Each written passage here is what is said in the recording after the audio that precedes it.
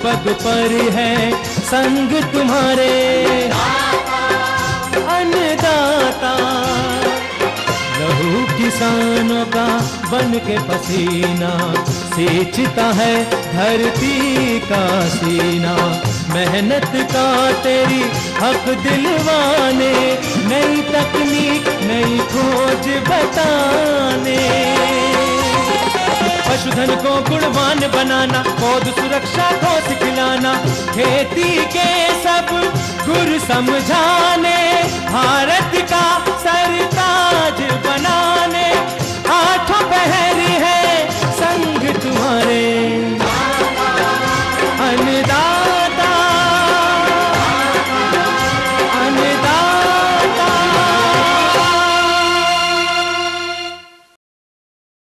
नमस्कार, मैं अनुराधा तंवर आप सभी दर्शकों का अन्नदाता कार्यक्रम में स्वागत करती हूं। हर रोज की तरह कार्यक्रम में हम लेकर आते हैं खेती बाड़ी से जुड़ी हुई ढेर सारी जानकारियां। तो चलिए सबसे पहले देखते हैं क्या है विशेष आपके लिए आज के कार्यक्रम में। ग्रीष्मकालीन उड़द की उन्नत किस्में एवं वैज्ञानिक बुवाई तकनीक।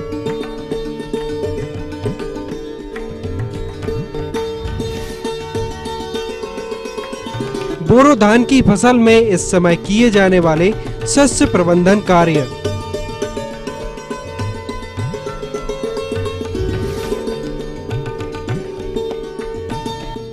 बत्तख पालन एक लाभकारी कृषि सह व्यवसाय।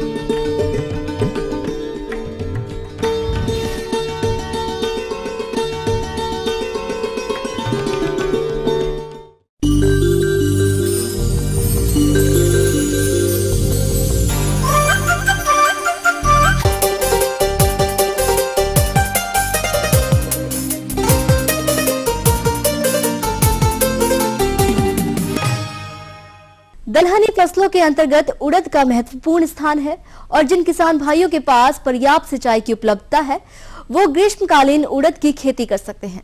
अतः किसान भाइयों, ग्रीष्मकालीन उड़द की फसल से अच्छा उत्पादन प्राप्त करने के लिए ये आवश्यक है कि इसकी बुवाई करते समय वैज्ञानिक पहलुओं जैसे किस्मों का चुनाव, बीज की मात्रा, खाद व उर्वरक प्रबंधन आदि महत्वपूर्ण बिंदुओं को अमल में लाया जाए।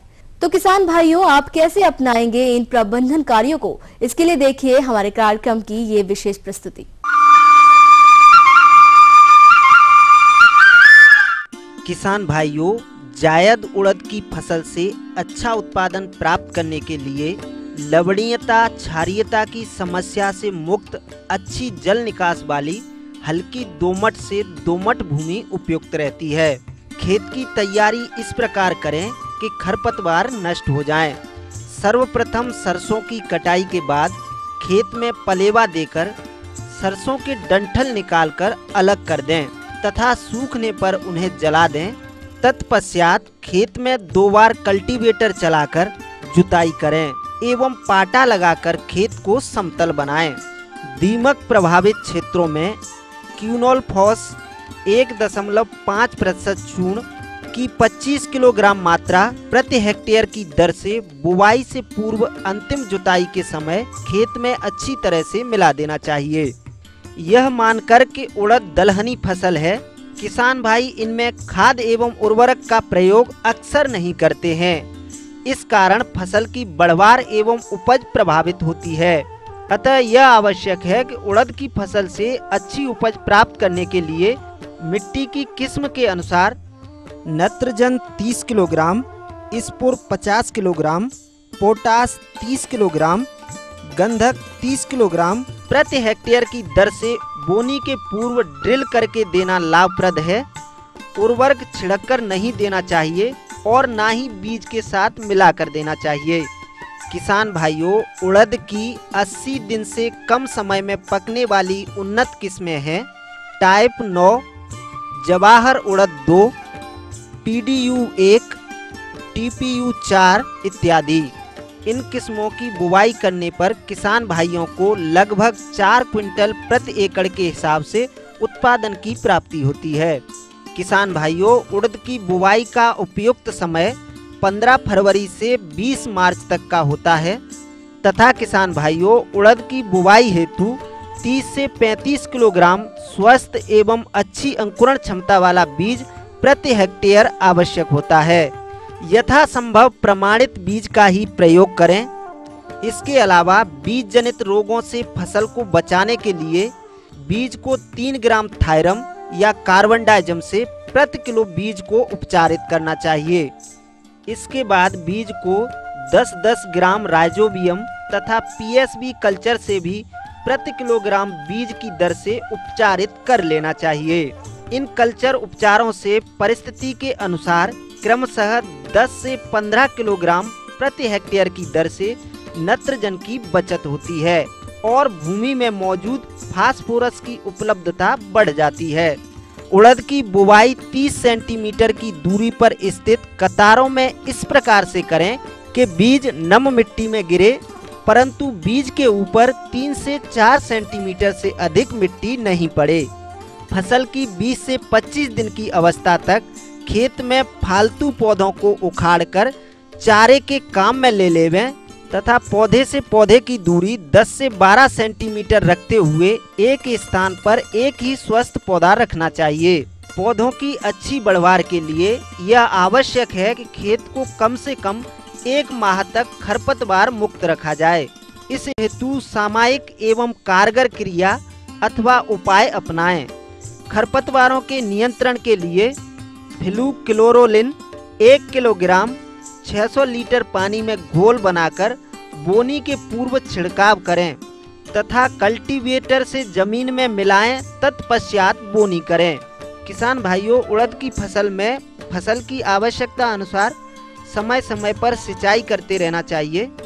उड़द की फसल में फूल आते समय, फलियां बनते समय तथा फलियों में दाना भरते समय खेत में समुचित नमी का रहना आवश्यक होता है। अतः किसान भाई फसल की इन अवस्थाओं पर सिंचाई अवश्य करें। किसान भाइयों, उड़द की फसल में कीट एवं व्याधियों का अच्छा खासा प्रकोप संभावित होता है। इस फसल पर लगने वाले कीड़ों में सफेद मक्खी एवं फली छेदक तथा व्याधियों में जीवाणु चित्ती रोग, पीत सिरा मोजैक प्रमुख हैं। किसान भाइयों, सफेद मक्खी, जैसेड एवं फली छेदक थ्रिप्स, इनकी रोकथाम के लिए मोनोक्रोटोफास 36 EC दवा की 600 मिलीलीटर मात्रा 600 लीटर पानी में घोल बनाकर प्रति हेक्टेयर की दर से छिड़काव करना चाहिए। पीला मोजैक रोग की रोकथाम हेतु मोनोक्रोटोफास 600 मिलीलीटर दवा 600 लीटर पानी में घोल बनाकर प्रति हेक्टेयर की दर से 15 दिन के अंतराल पर छिड़काव अवश्य करना चाहिए। इसके अलावा इन कीट एवं व्याधियों के प्रकोप से फसल को बचाने के लिए सामयिक, कारगर एवं कम खर्चीले एवं सुरक्षित उपाय समन्वित रूप से अपनाना चाहिए। किसान भाइयों, यदि आप बताई गई उन्नत कृषि तकनीक अपनाकर उड़द की खेती करते हैं तो प्रति हेक्टेयर से 8 से 10 क्विंटल उपज की प्राप्ति हो सकती है।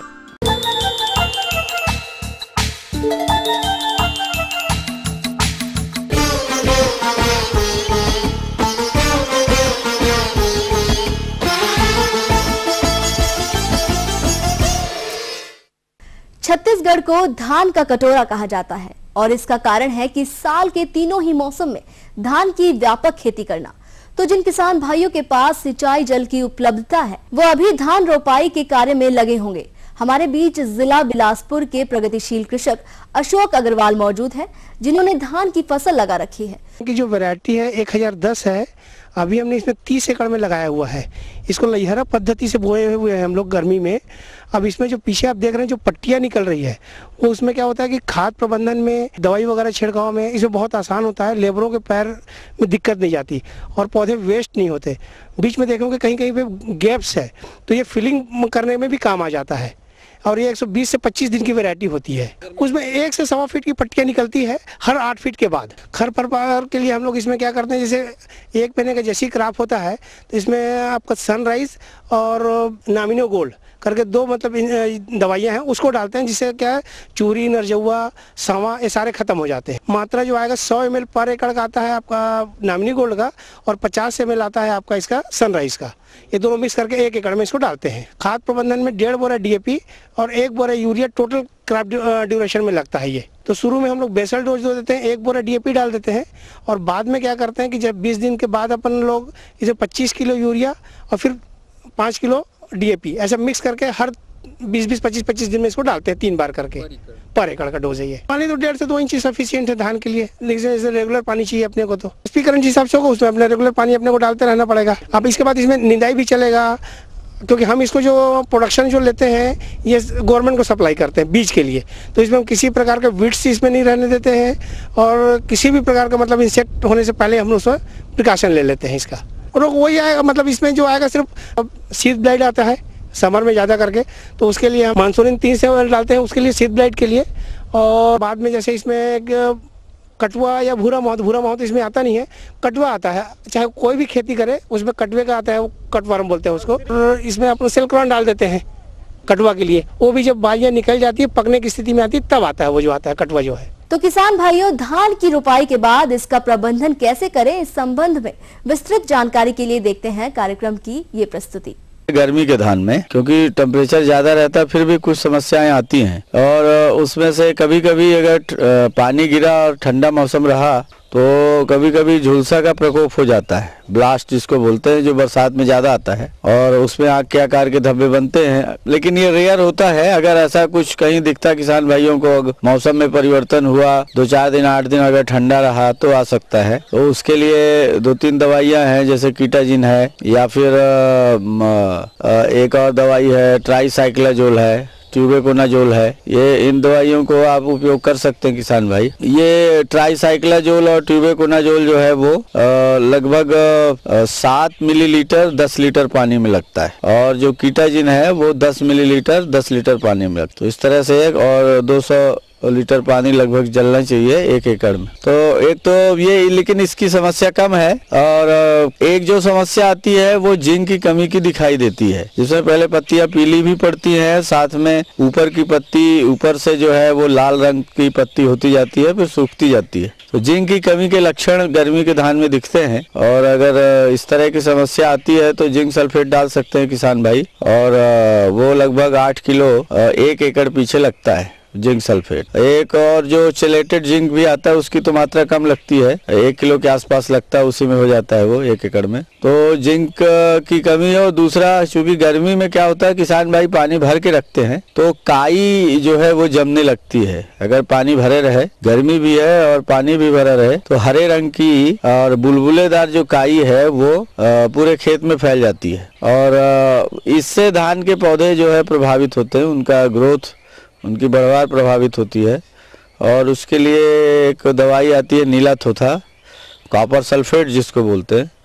तो उसको करना कुछ नहीं है, उसको रेती में मिला के 1 भाग नीला थोथा और 10 भाग रेती, और इस तरह उसको मिला के और पूरे खेत में भुरक दे यूरिया जैसे। और खेत में पानी जो है वो 3-4 सेंटीमीटर रहना चाहिए। या ये भी कर सकते हैं कि उसकी पोटली बना लें कॉपर सल्फेट की, और वो जगह जगह जो है 10-10 मीटर के रेंज में जो पोटली है, उसको कपड़े की पोटली, थैली, उसको पानी में डुबा के रख दे। धीरे धीरे वो अपना घुलता रहता है नीलत होता, और इस तरह से काई खत्म हो जाती है। और पानी भर के ना रखे, इसको ध्यान में रखना जरूरी है। तो यही सब बीमारियां हैं जो अभी गर्मी के धान में देखने को मिलेंगी। ये थी कुछ उपयोगी जानकारियां। आगे है एक छोटा सा ब्रेक, जल्द लौटेंगे और कार्यक्रम में आगे आपसे चर्चा करेंगे।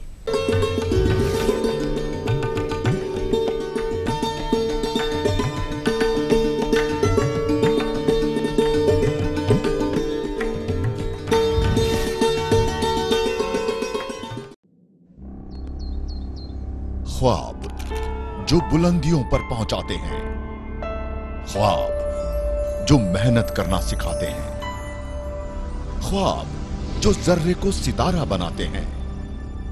लेकिन अब भी अधूरी है कौम की तस्वीर। एजुकेशन के मामले में एक प्राइमरी स्कूल यहाँ पे मिला हुआ, वो जो बहुत जमाने पहले मिला था वही आज तक चला आ रहा है। बच्चा बीमार रहना पड़ा, पानी बहुत कमी है। जो यहाँ से वोट लेने के लिए आते हैं, जीत के चले जाते हैं, हम करेंगे, लेकिन कोई भी नहीं आता करने के लिए। आपके ख्वाब आपका इंतजार कर रहे हैं। देश के 20 करोड़ मुसलमानों की आवाज है ईटीवी उर्दू। पहल हमारी, इरादे आपके, अधूरे ख्वाबों की पूरी पड़ताल इस समय पर।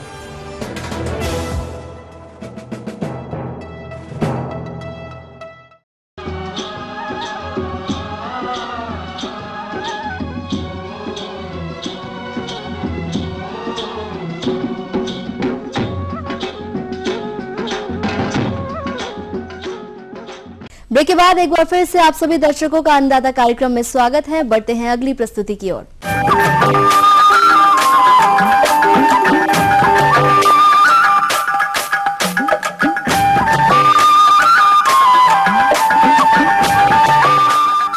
हमारे प्रदेश के बहुत से लघु एवं सीमांत कृषक बतख पालन करते हैं, लेकिन बतख पालन व्यवसाय तभी लाभकारी हो सकता है जब आप चूजों से लेकर अंडा उत्पादन तक सभी कार्यों को सही तरीके से संपादित करें, जिनमें इनका आहार, आवास इत्यादि प्रबंधन प्रमुख हैं। तो यदि आपने बत्तख पालन अपना रखा है या बत्तख पालन करना चाहते हैं तो आप कौन कौन से बिंदुओं पर ध्यान दे सकते हैं, इसकी जानकारी दे रहे हैं कृषि महाविद्यालय जिला बिलासपुर के डॉक्टर वीरेंद्र पिल्लई। आज के युग में मुर्गी पालन के साथ साथ लोग बाग काफ़ी मात्रा में अन्य रोजगार के साधन देख रहे हैं, उसमें बतख पालन भी एक है। और वर्तमान में बतख पालन में दो तरीके के बतख पाई जाती है। एक है अंडे के उत्पादन के लिए पाली जाती हैं, वो खाकी कैम्बेल नस्ल की बतख होती हैं। जो वार्षिक अंडा उत्पादन हम लोग देखते हैं किसानों के लिए, वो 365 दिन में 250 से 300 अंडे प्रति वर्ष के हिसाब से वो अंडा उत्पादन देती हैं। उसी तरीके से मांस उत्पादन के लिए जो सफ़ेद वाइट पैकिंग जो बतख है उसे जो पाला जा रहा है, उसमें जो नर होता है वो 4 किलो से 5.5 किलो 6 किलो तक के लोगों ने पाला है, और मादा जो है 2.5 किलो से 3.5 किलो तक के पाई जाती है। तो सबसे इम्पॉर्टेंट चीज़ होता है बतख पालन में चूजे का जो पालन होता है, जिसे हम डकलिंग कहते हैं, जो उसका मुख्य जो है आपको 1 महीने तक के जो पैदा होने से 1 महीने तक के जो उसके रख रखाव उस पर बहुत विशेष ध्यान देना पड़ता है। सबसे विशेष ध्यान देने वाली बात होती है, अगर वो बच्चा ठंड के मौसम में आप पाल रहे हैं तो उसका जो नाइट शेल्टर होता है या शेड होता है, धान की भूसी का उपयोग कर सकते हैं। अगर ठंड का मौसम है तो कम से कम 2.5 से 3 इंच का भूसे का जो बेडिंग मटेरियल उपयोग करना चाहिए, और गर्मी का मौसम है तो 1.5 से 2 इंच का हम बेडिंग मटेरियल उपयोग कर सकते हैं। नाइट शेल्टर है, उसका तापक्रम जो होता है 35 डिग्री सेल्सियस से ज़्यादा और कम नहीं होना चाहिए, और 35 डिग्री से अगर कम है तो हमको ये ध्यान देना है कि हम उसका टेम्परेचर तापक्रम जो है कमरे का हम 35 डिग्री ला सकें। उसके लिए हमें ब्रूडर की आवश्यकता होता है। जो कृत्रिम उपकरण होते हैं, इसमें हम 100 वाट के 4 बल्ब अगर हम उपयोग कर लेते हैं 100 10 बाय 10 का कमरे में अगर हम पाल रहे हैं तो, और उसमें इम्पॉर्टेंट चीज़ होती है कि बाहरी ठंडी हवा ना आए, उसके लिए हम कमरे को एयर टाइट रखते हैं ताकि बाहर से हवा ना आ सके। उसके लिए हमको बोरे की व्यवस्था करना पड़ती है, पन्नी की व्यवस्था करनी पड़ती है। और अगर उनके पंख निकलने शुरू हो जाते हैं, सेकेंडरी फेदर्स जिसको बोलते हैं, 1 महीना 1.5 महीने के बाद,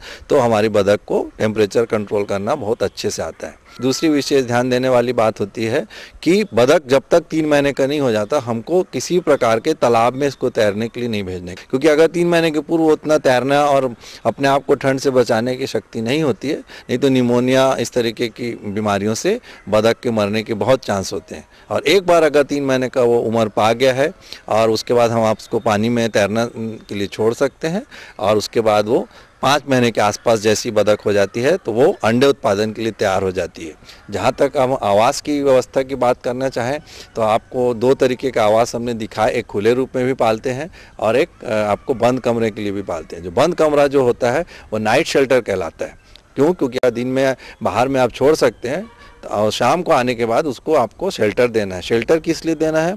क्योंकि आपका तालाब जो है गांव में रहता है, तो यहाँ पर जो जंगली जानवरों का भय है, बिल्ली है, कुत्ते, ये सब बतख को अटैक कर सकते हैं। इनसे बचाव के लिए हमें नाइट शेल्टर की ज़रूरत होती है रात्रिकालीन विश्राम के लिए। दूसरी विशेष जो कारण होता है नाइट शेल्टर बनाने के लिए, इसमें आपको ध्यान देने वाली बात है कि बतख हमेशा रात में अंडे देते हैं, मतलब सूर्योदय से पूर्व ही उसका अंडा उत्पादन हो जाता है। 6 बजे से शाम के 6 बजे तक वो अंडा नहीं देते। ये एक विशेष रूप से ध्यान देने वाली बात है। इसके लिए आपको कैल्शियम का विशेष रूप से ध्यान देना है। हमको जो बतख ब्रायलर के लिए पाली जाती है उसमें हमको ध्यान देना है कि इसका वजन बहुत मात्रा में बढ़े, और शुरुआत में जैसे हम कहते हैं कि जो चूजे हैं उसमें बहुत मात्रा में हाई प्रोटीन 24 से 25% का प्रोटीन, क्रूड प्रोटीन होना चाहिए उसके आहार में, तभी वो बतख का ग्रोथ बहुत अच्छा होता है। जो लेयर जो बतख होती है उसका 16 से 17% के बीच में प्रोटीन, क्रूड प्रोटीन होना चाहिए। एनर्जी जहाँ तक बात करते हैं 3800 किलो कैलोरी एनर्जी प्रति मतलब किलो में आहार में आपका एनर्जी रहना चाहिए, तब उसका बाढ़ इत्यादि में हम ध्यान दे सकते हैं। मतलब अन्य पक्षियों की भांति इसमें टीकाकरण की बहुत ज़्यादा आवश्यकता नहीं होती, फिर भी डक प्लेग नाम का एक वैक्सीन है जो बहुत इम्पॉर्टेंट होता है। इसे जो है हमको लगवा लेना चाहिए, और जिससे जो है डक प्लेग नामक बीमारी बतख में बचाई जा सकती है, ताकि आप जो बतख से उत्पादन लेना चाहते हैं वो आप ले सकते हैं।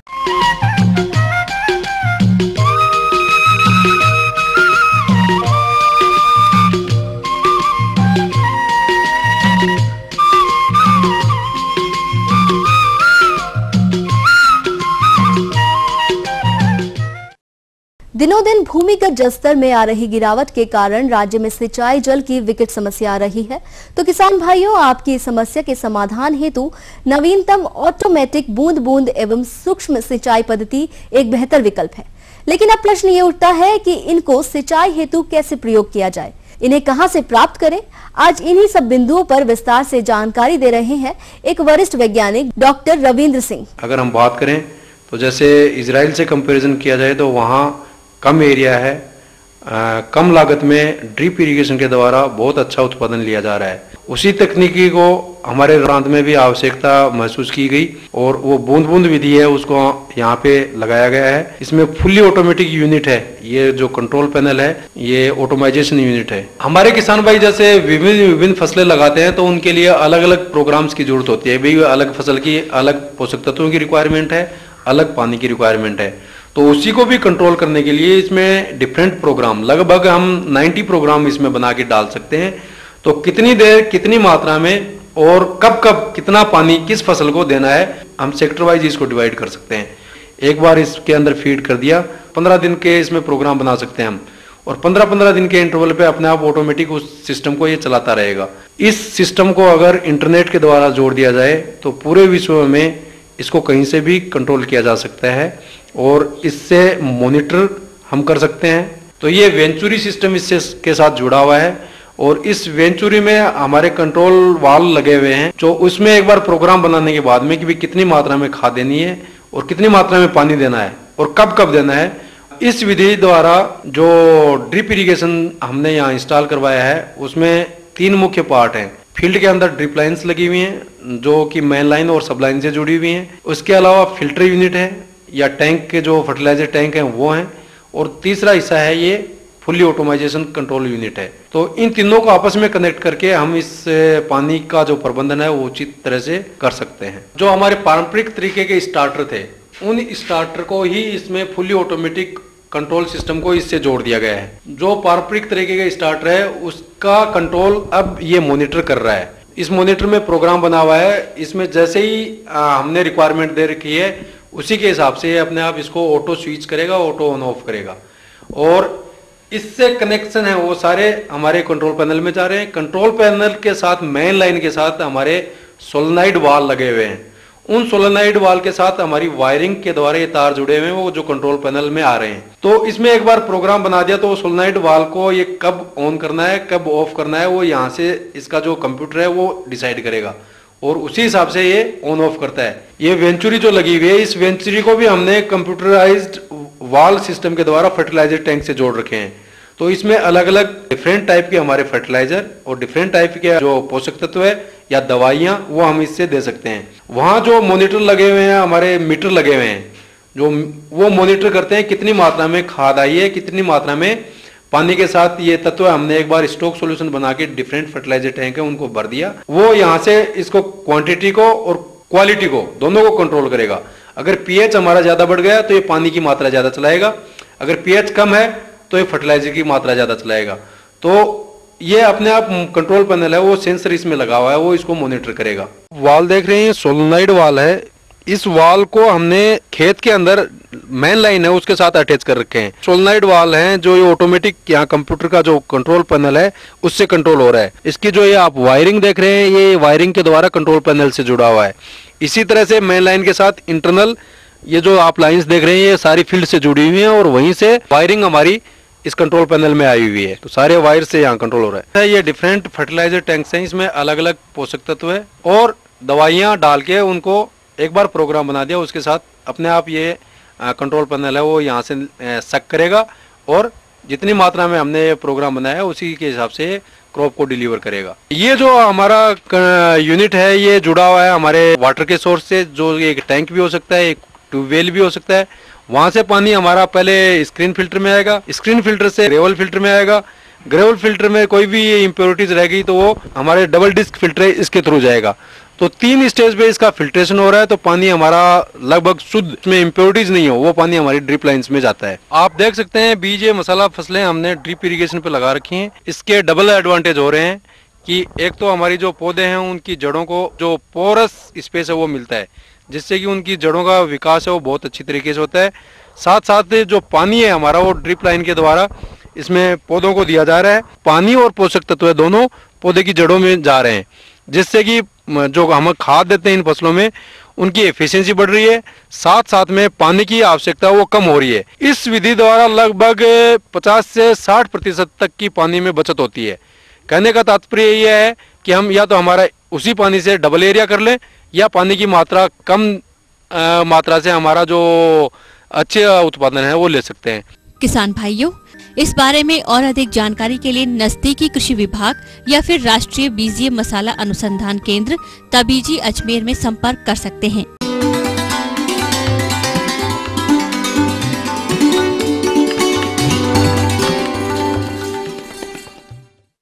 अन्नदाता हेल्पलाइन निशुल्क फोन संपर्क सेवा के माध्यम से आपके द्वारा पूछे गए प्रश्नों में से 1 या 2 महत्वपूर्ण प्रश्नों को हम अपने कार्यक्रम में शामिल करते हैं। इसी के तहत आज का चयनित प्रश्न और उसका जवाब इस प्रकार है। अन्नदाता निशुल्क फोन संपर्क सेवा के माध्यम से पूछे गए प्रश्नों में से आज हमने जिस प्रश्न को कार्यक्रम में शामिल किया है उसे पूछा है ग्राम सुहागी, जिला जबलपुर के कृषक संदीप पटेल ने। यह गाय की HF और जर्सी नस्ल के बारे में संपूर्ण जानकारी चाहते हैं। तो संदीप पटेल जी, आपकी जानकारी हेतु प्रस्तुत है कार्यक्रम का यह अंश। यह एक विदेशी नस्ल जो कि ठंडे जलवायु में रहना पसंद करती है। इसका रंग काला और सफेद होता है। इसके पीछे का पैर लंबा तथा अगला पैर कुछ छोटा होता है। पीछे का हिस्सा उठा हुआ होता है। इसके गले में गलकंबल नहीं होता। ऐन बड़ा और दुग्ध शिराएं उभरी हुई होती हैं। यह गाय 15 से 16 माह में ही गर्भित हो जाती है तथा 23 से 26 माह में प्रथम बार ब्याती है। इसके दुग्ध देने की अवधि 300 से 310 दिन तक होती है और एक ब्यात काल में 8000 से 10000 लीटर दुग्ध उत्पादन की क्षमता रखती है। दूसरी विदेशी नस्ल है जर्सी, जिसका मुंह होल्स्टीन फ्रीजियन की तुलना में थोड़ा छोटा होता है। आंखें उभरी हुई होती हैं। होल्स्टीन फ्रीजियन की तुलना में इसकी लंबाई कम होती है। इसका रंग हल्का लाल, काला या सफेद भी हो सकता है। 18 से 24 माह में प्रथम बार गर्भ धारण कर लेती है। इसकी दुग्ध उत्पादन क्षमता प्रति ब्यात 5000 से लेकर 7500 लीटर है। इसके दूध देने की अवधि 305 दिन की होती है। हम ये उम्मीद करते हैं कि आज का कार्यक्रम आप सभी दर्शकों के लिए उपयोगी रहा होगा। किसान भाइयों, अन्नदाता आपकी सेवा के लिए संकल्परत है। कृषि संबंधित समस्या एवं सुझावों के लिए आप हमें इस पते पर संपर्क कर सकते हैं। प्रोड्यूसर अन्नदाता ETV Madhya Pradesh Chhattisgarh, Ramoji film city Hyderabad 501512। साथ ही आप हमें ईमेल भी कर सकते हैं। हमारा ईमेल ID है annadatamp@etv.co.in। इसके अतिरिक्त आप हमें निशुल्क हेल्पलाइन नंबर 180042540805 पर दोपहर 12 से 1 बजे के बीच संपर्क कर सकते हैं। फिलहाल अन्नदाता की पूरी टीम को दीजिए इजाजत। कल फिर इसी समय आपसे मुलाकात होगी कृषि संबंधित कुछ और रोचक जानकारियों के साथ। नमस्कार।